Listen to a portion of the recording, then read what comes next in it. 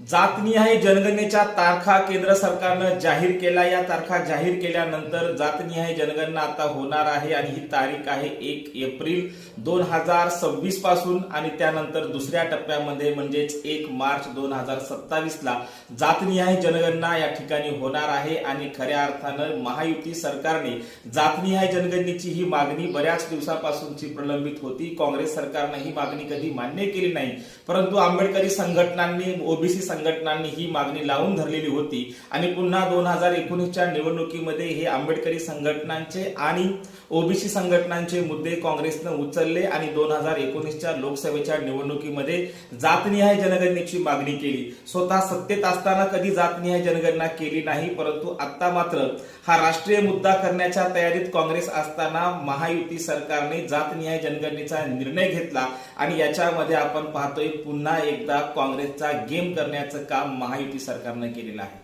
धन्यवाद।